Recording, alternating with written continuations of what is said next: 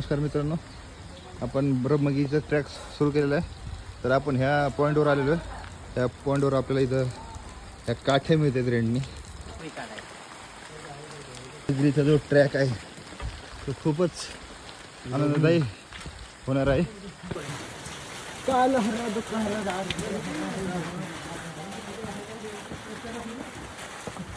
तर असा हा प्रवास आहे.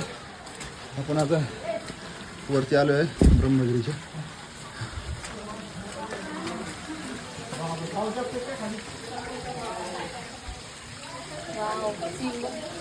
ब्रह्मगिरीहून आल्यावर हा एक पॉईंट आहे, जो सेल्फी पॉईंट आहे.